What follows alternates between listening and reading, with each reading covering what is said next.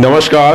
अगर आप एक सरकारी कर्मचारी हैं और राजस्थान सरकार में एज ए कर्मचारी कार्य कर रहे हैं तो ये वीडियो आपके लिए बहुत महत्वपूर्ण है, क्योंकि इस वीडियो में हम बात करेंगे कि राजस्थान सरकार ने जो ओपीएस व्यवस्था लागू की गई है, एनपीएस के स्थान पर हमारे जो जीपीएफ कटौती होना शुरू हो गया है। उसके बाद में हमारे जो एनपीएस की राशि है जो हमने पिछले कुछ सालों से यानी कि 2022 से पूर्व जो हमने एनपीएस की राशि कटवाई है, उस राशि का हस्तांतरण हमारे जीपीएफ 2004 के खाते में कब से होना शुरू हो जाएगा, तो संपूर्ण चर्चा हम इस वीडियो के माध्यम से करेंगे। तो चलिए शुरू करते हैं। राजस्थान सरकार की ओर से राजस्थान के संपूर्ण कर्मचारियों के लिए स्वायत्त और निगम को छोड़ के उसके बाद में 2023 में इसे लागू किया गया है।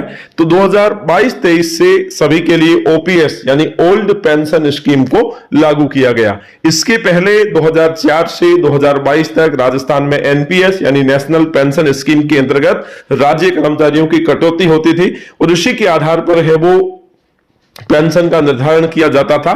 लेकिन अब 2022 से एनपीएस के स्थान पर ओपीएस को लागू कर दिया गया। एनपीएस के स्थान पे ओपीएस को जैसे ही लागू किया गया तो उसके बाद में कुछ स्टेप लिए गए कि जो हमारी एनपीएस की कटौती होती थी पहले, उसके स्थान पर जीपीएफ कटौती का प्रावधान किया गया। तो जीपीएफ जनरल प्रोविडेंट फंड है जो राज्य सरकार का कर्मचारी अपने सेवा काल में कटौती करता है, जिसका भुगतान सेवानिवृत्ति पर ब्याज सहित या सेवा काल में लोन के रूप में प्रदान किया जाता है। उसके बाद में एनपीएस की कटौती बंद होने के बाद में हमारे जो एनपीएस की राशि जो अब तक हम कटा चुके हैं उसे आप एसएसओ आईडी के माध्यम से भी देख सकते हैं, वहां पे आपको शो हो रही होगी। लेकिन एक खुशखबरी इस बीच में आई है कि आपके जीपीएफ नंबर जारी हो चुके हैं, यानी कि जीपीएफ नंबर जारी हुए हैं। इसका मतलब है पहली बात कि जीपीएफ की जो राशि आपके पास उपलब्ध है उस राशि को आप विड्रॉल भी कर सकते हो।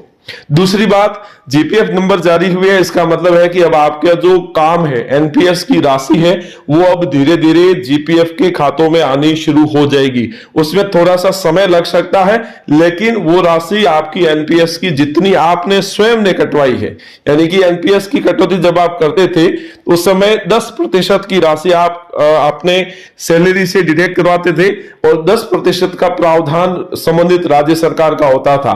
लेकिन जो राशि आपने जो सैलरी में कटवाई है उस राशि का भुगतान ही आपको हो सकेगा, वो भी जीपीएफ 2004 के खाते में आएगी, यानी कि आपको वो कैश विड्रॉल करने की अनुमति नहीं होगी। अब दरअसल अगला स्टेप क्या होगा, क्योंकि हमारी जो राशि है वो एनपीएस अथॉरिटी के पास है, तो ऐसी स्थिति में उस राशि को सबसे पहले राज्य सरकार अपने अधीन लेगी।